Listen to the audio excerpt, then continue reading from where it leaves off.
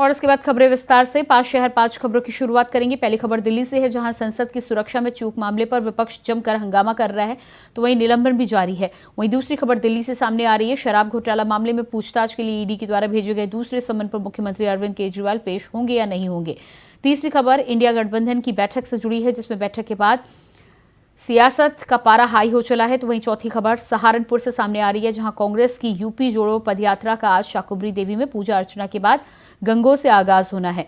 बात करें पांचवी खबर की, तो जौनपुर से सामने आ रही है, जहां एक दरोगा पर पेट्रोल पंप कर्मचारी को बेवजह पीटने का आरोप लगा है। बताया जा रहा है कि शिकायत की बात पर दरोगा ने धमकी दी है।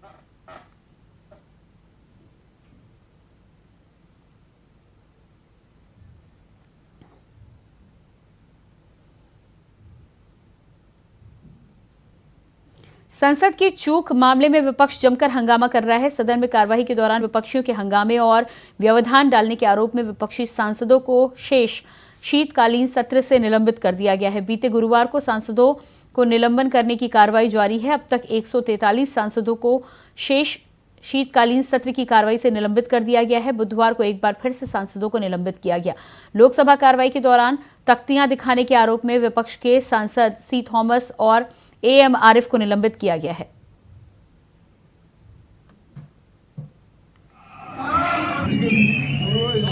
धन्यवाद।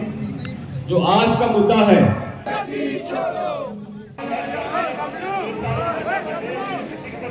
और इसी खबर पर हमारे साथ दिल्ली से संवाददाता अजीत कुमार लाइव जुड़ चुके हैं। जी अजीत, जिस तरह से सांसदों के निलंबन पर लगातार विरोध जारी है, दूसरी तरफ बयान ये सामने आया है कि तख्तियां और तमाम प्रदर्शन करने के चलते सांसदों को यहां पर निलंबित किया गया है।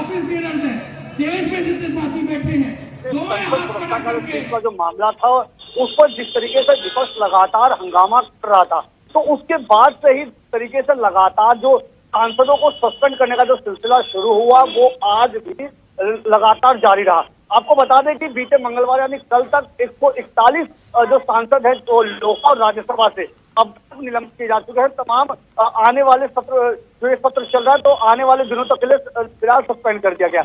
वहीं आज भी अगर मैं बात करूं तो ये सिलसिला जारी रहा, जिसमें आज जो 2 सांसदों को निलंबित किया गया, जिसमें पहले सांसद जिनका नाम एएम आरिफ है, जो कि मार्क्सवादी कम्युनिस्ट पार्टी से आते हैं, जबकि दूसरे जो सांसद हैं वो सी थॉमस है, जो कि केरल से सांसद आते हैं और कांग्रेस पार्टी के हैं। तो जिस तरीके से लगातार सिलसिला है, अब अगर मैं बात करूं तो आज 143 सांसद हो गए हैं, जिन्हें शेष समय के लिए शीतकालीन सत्र जो चल रहा है, शेष समय के लिए इन्हें निलंबित कर दिया गया है। जी प्रियंका। जी बिल्कुल, तो जिस तरह से निलंबित कर दिया गया है, लगातार हंगामा जारी है, ऐसे में विरोध प्रदर्शन भी लगातार किया जा रहा है।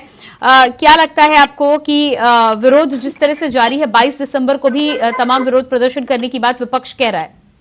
बिल्कुल प्रियंका, बताना चाहूंगा, विपक्ष ने जो इंडिया गठबंधन के सांसदों को निलंबित करने का जो मामला आया है, उसको लेकर के जो है जंतर मंतर पर प्रदर्शन करने का आह्वान किया है, जिसमें तमाम जो इंडिया गठबंधन के जो सांसद हैं वो शामिल होंगे। और जिस तरीके से लगातार जो ये सस्पेंशन की जो कार्रवाई चल रही है, उसके खिलाफ ये अपना आक्रोश व्यक्त करेंगे। आपको बताना चाहूंगा, लगातार जिस तरीके से सांसदों को निलंबित किया जा रहा है, उस पर जो विपक्ष के जो सांसद है उनका जो विरोध प्रदर्शन है वो देखने को मिला है। तमाम जो सांसद है इस पर प्रतिक्रिया भी दे रहे हैं, और इस पूरी कार्रवाई को कहीं ना कहीं जो तानाशाही से जोड़ा जा रहा है, बोला ये सबको पर कहा जा रहा है कि अब तक का ऐतिहासिक दिन है, जिसे इस तरीके से इतनी बड़ी संख्या में जो सांसद है उनको निलंबित किया जा रहा है। जी अजीत, इस तमाम जानकारी के लिए बहुत शुक्रिया आपका। शराब घोटाले मामले में पूछताछ के लिए ईडी के द्वारा भेजे गए दूसरे समन पर मुख्यमंत्री अरविंद केजरीवाल पेश नहीं होंगे।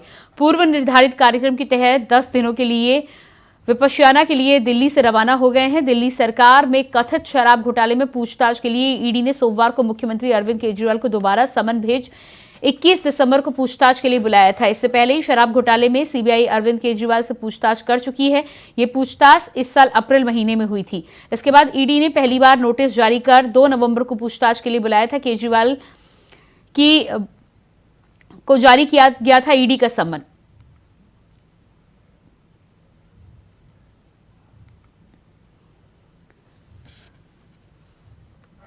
और इसी खबर पर हमारे साथ दिल्ली से संवाददाता अजय चौहान लाइव जुड़ चुके हैं। जी अजय, जिस तरह से मुख्यमंत्री अरविंद केजरीवाल को समन दिया गया 21 दिसंबर को पेश होने की बात हो रही थी, लेकिन वो इस बार भी समन पर पेश नहीं होंगे। पूर्व निर्धारित कार्यक्रम के लिए दिल्ली से रवाना हो चुके हैं। प्रियंका, देखिए, जिस तरह से अरविंद केजरीवाल को शराब घोटाले के अंदर 2 बार नोटिस भेजा गया था, उसके बावजूद भी वो पेश नहीं हुए थे। पहली बार उनसे 9 घंटे जांच पूछताछ की गई थी, लेकिन इस बार जो 21 दिसंबर को उनको ईडी से सम्मन भेजा था, उसको लेकर के केजरीवाल पहले ही 10 दिन के लिए दिल्ली से रवाना हो गए। यानी कि विप सेना एक है जहाँ पर हर साल जाते हैं, कभी गर्मी में कभी सर्दियों में, लेकिन ऐसे समय पर गए हैं जहाँ पर कि बता दें कि लगातार जिस तरीके से पूछताछ की जा रही थी शराब घोटाले के अंदर, एक बड़ा घोटाला है, क्योंकि ऑलरेडी पहले से ही इसमें 2 मंत्री, इनके अंदर सांसद और एक मंत्री जेल में है, जिससे उन जेल पर है। तो देखिए, कहीं ना कहीं केजरीवाल इन बयानों से बचकर भाग रहे हैं। वही जो इनके जो मंत्री हैं, स्वास्थ्य मंत्री हैं, उनका भी बयान आ रहा है कि अरविंद केजरीवाल का शेड्यूल लगा होता है और लगातार ईडी उनको परेशान करती रहती है, तो शेड्यूल टाइम में वो कहीं भी समय नहीं देते, क्योंकि हर साल 10 दिन के लिए कहीं ना कहीं जाते हैं, लेकिन शेड्यूल क्या है ये कंफर्म नहीं होता है। तो देखिए, कहीं ना कहीं शराब घोटाले का मामला है, इसका जवाब अरविंद नहीं तो कब देंगे, क्योंकि उनको अगर देना है तो 9 घंटे जब पहले पूछताछ की तब नहीं किया, उसके बाद भेजा। उसमें 5 राज्यों का चुनाव था, उस समय उन्होंने ये बहाना देकर ईडी को एक नोटिस भेजा कि मैं बिजी हूँ और 5 राज्यों का चुनाव है। तो लेकिन 21 दिसंबर को जब कल उनकी पूछताछ के लिए बुलाया गया था, वो पहले ही दिल्ली से रवाना हो चुके हैं। प्रियंका जी बिल्कुल, तो जिस तरह से पहले ही रवाना हो चुके हैं और इस बार भी पेश नहीं होंगे, इसके बाद क्या लगता है कि जिस तरह से ईडी ने 2 बार सम्मन दिया है, आगे भी सम्मन जारी होगा?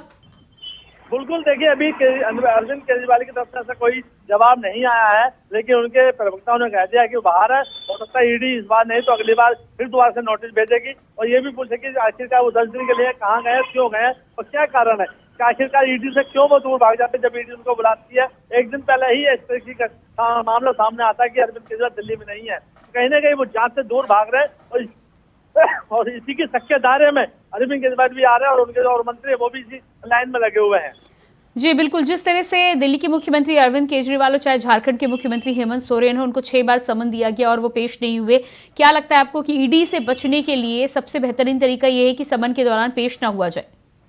बिल्कुल, देखिए, वही अगर गरीब आदमी सम्मान आता, नोटिस आता, पुलिस घर पहुंच जाती है, लेकिन जब राजनीति का मामला सामने आता है तो कोई ना कोई बहाना होता है, क्योंकि प्रोफाइल का नाम सामने आ जाता है कि दिल्ली के सीएम है, पूर्व सीएम है, तो इनको इस तरह से ईडी क्यों बुलाए? क्यों ईडी लगातार बीजेपी को बदनाम करेगी। ईडी और सीबीआई जो है बीजेपी के अधीन है, जो बीजेपी कहती है वही ईडी करती है, लेकिन ये कानून है वो अलग है, वो कोर्ट का मामला है। लेकिन ऐसे में कहीं ना कहीं अरविंद केजरीवाल को सहयोग करना चाहिए, बताना चाहिए कि मैं इस समय नहीं मिला। अगर नोटिस हो गया 18 तारीख को ही आ चुका था, उससे पहले भी वो कोई जवाब दे सकता, लेकिन ऐसा कोई जवाब अभी ईडी को नहीं दिया गया है इसमें। जी बिल्कुल, तो इस पूरे मामले में जिस तरह से लग रहा है कि 2 बार सम्मन के बाद भी मुख्यमंत्री पेश नहीं होने वाले, पिछली बार चुनाव का हवाला दिया था 21 दिसंबर को, 9 नवंबर के बाद 21 दिसंबर को फिर से सम्मन जारी किया गया है। ऐसे में अगली कार्रवाई ईडी की तरफ से क्या होगी और कितने दिनों बाद, क्या इस बात को लेकर आगे कुछ जानकारी हो सकती है? देखिए प्रियंका, अगर बात करें तो कल जब 21 दिसंबर होगा, कल का ही जवाब होगा। ईडी उनको क्या जवाब देती है या केजरीवाल उनको क्या जवाब देते हैं कि अगला जो नोटिस होगा केजरीवाल को कब भेजा जाएगा, क्योंकि कल के बाद ही साफ होगी क्या उनको जो बेंगलोर गए हैं या जयपुर गए हैं या जहां भी गए हैं उनको वहां पर से नोटिस जवाब आएगा या नहीं आएगा, या उनके कोई कारण से जवाब आएगा। उसके बाद ही ईडी कोई ना कोई सम्मन जारी करेगी या कोई बयान जारी करेगी। जी बिल्कुल अजय, इस तमाम जानकारी के लिए आपको बहुत बहुत शुक्रिया। तो बुलेटिन में फिलहाल रुकते हैं एक छोटे से ब्रेक के लिए, फौरन वापस लौटते हैं।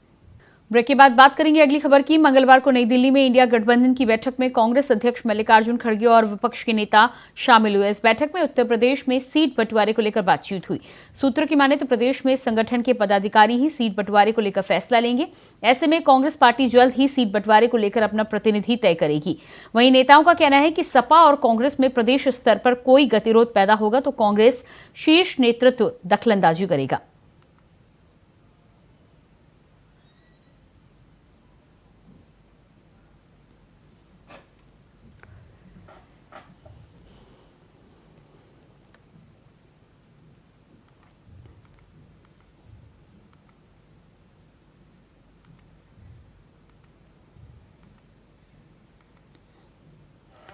और इसी खबर पर लखनऊ से स्टेट हेड प्रियम पाठक हमारे साथ लाइव जुड़ चुके हैं। जी प्रियम, जिस तरह से इंडिया गठबंधन की बैठक को लेकर सपा के बागी बोल निकलकर सामने आ रहे हैं, सपा ने साफ कहा है कि क्षेत्रीय दलों को लेकर कांग्रेस अपना लाइन साफ करे कि वो क्या सोचती है, क्या कहना है इस पर?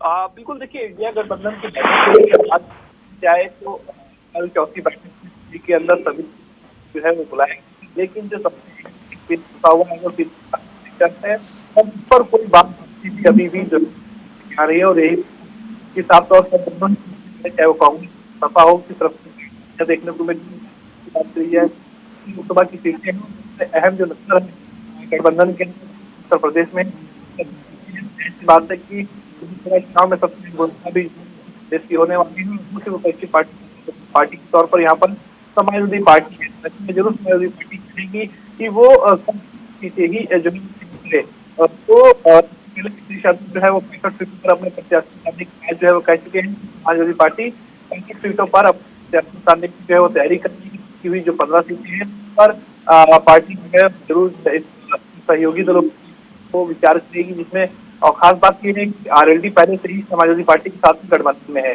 तो ऐसे में 15 सीटें ही बचती हैं। और कांग्रेस की भी मांग है कि करीबन जो 15 सीटें हैं, जो जानकारी के मुताबिक 15 से 20 सीटें उसको उत्तर प्रदेश के अंदर दी जाए, क्योंकि कांग्रेस एक राष्ट्रीय दल के तौर पर रहा है, तो ऐसे उसकी दाव पर है कि साथ सीटों की संख्या बहुत कम होती है, तो कहीं ना कहीं उसकी भी साख पर इससे एक बड़ा ट्रेंड पड़ेगा। और इस बात को बिल्कुल प्रियम, इस तमाम जानकारी के लिए बहुत शुक्रिया आपका। कांग्रेस की यूपी जोड़ो पदयात्रा का आज शाकुंभरी देवी में पूजा अर्चना के बाद गंगोह से आगाज हो गया। इसके लिए मंगलवार को ही सहारनपुर में कांग्रेस के नेताओं का जमावड़ा लग गया था।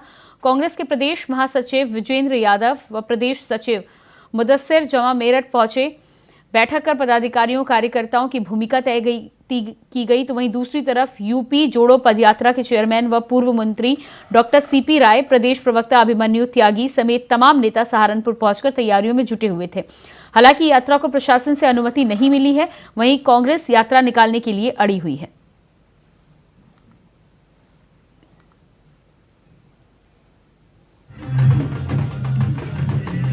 और इसी खबर पर हमारे साथ सहारनपुर से संवाददाता शरद कुमार लाइव जुड़ चुके हैं। जी शरद, जिस तरह से कांग्रेस अपनी यूपी जोड़ो पदयात्रा की शुरुआत करने वाली थी और उसके लिए तमाम तैयारियां भी हो गई थी, लेकिन प्रशासन के द्वारा अनुमति नहीं मिली है, क्या कुछ इस समय की अपडेट है?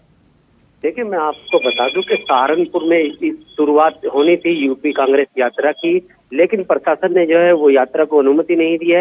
इस लिहाज से देखा जाए तो कांग्रेस के लिए एक बड़ा झटका है। लेकिन जिस तरीके से कांग्रेस ने सहारनपुर समेत जो है पश्चिमी उत्तर प्रदेश के तमाम जिलों में यूपी जोड़ो यात्रा की तैयारी की थी, उससे लगता था कि कहीं ना कहीं एक जन संदेश जो है वो जनता के बीच जाएगा, लेकिन प्रशासन ने जो है उनके सारे क्रियाकलापों पर जो है पूरा पानी फेर दिया है। जी बिल्कुल। तो अब जब प्रशासन के द्वारा अनुमति नहीं मिली है, तो कांग्रेस के जो तमाम कार्यकर्ता इकट्ठा थे उनकी तरफ से क्या अगली योजना है? देखिए, कांग्रेस के नेताओं का और पदाधिकारियों का कहना है कि वो लगातार प्रयासरत है और किसी भी स्तर पर जाकर जो है वो यूपी जोड़ो यात्रा को जो है लेकर जाएंगे और लखनऊ में इसका जो है समापन होगा। और जो 12 जनवरी को जो है समापन की बात कही जा रही है, तो कांग्रेस कार्यकर्ता भी जो है वो प्रशासन से जो है दो हाथ करने के लिए तैयार है। शरद, इस तमाम जानकारी के लिए बहुत शुक्रिया आपका। अगली खबर जौनपुर से है, जहां दरोगा पर पेट्रोल पंप कर्मचारी को बेवजह पीटने का आरोप लगा है। बताया जा रहा है कि शिकायत की बात पर दरोगा ने यह धमकी दी है। वहीं पिटाई का वीडियो सीसीटीवी कैमरे में कैद हो गया। साथ ही वीडियो सोशल मीडिया पर भी तेजी से वायरल हो रहा है। बता दें कि पीड़ित युवक ने पुलिस अधीक्षक को शिकायत पत्र देकर न्याय की गुहार लगाई है। पीड़ित की तहरीर पर पुलिस अधीक्षक मामले की जांच में जुट गई है। सवेरे जब पंप मैंने खोला, उसके बाद पंप खोल के एक व्यक्ति मेरा था और मैं चला गया चाय पीने। वहाँ चाय वाले दुकान पे 2-4 लोग थे। हमें नहीं पता कि ये दरोगा साहब हैं और इन्होंने बात कर रहे थे कि एक व्यक्ति को 4 करोड़ रुपए मिल गया, जिसका 6 लाइन में ज़मीन गई। उसको ये नहीं पता था कि हमारा ज़मीन। और इसी खबर पर हमारे साथ जौनपुर से संवाददाता विवेक कुमार लाइव जुड़ चुके हैं। जी विवेक, जिस तरह से ये मामला सामने आया है दरोगा के द्वारा मारपीट का, क्या थी पूरी जानकारी? और बिल्कुल आपको बता दूं, पूरा मामला जो है सारण कोतवाली क्षेत्र का है, जहां बताया जाता है कि यशोभा पेट्रोल पंप के कर्मचारी का आरोप है कि सिविल ड्रेस में तैनात जो है दरोगा मनसाराम गुप्ता ने हाथापाई की मारपीट की है। और जो कि पेट्रोल पंप पर लगे सीसीटीवी कैमरे जो है पूरा फुटेज कैद हो जाता है। दरोगा की अकड़ या दादागिरी कहा जाए जो है कैमरे में कैद होती है। हालांकि जो है पीड़ित जो है जौनपुर पुलिस अधीक्षक को शिकायत पत्र देकर न्याय की गुहार लगाता है।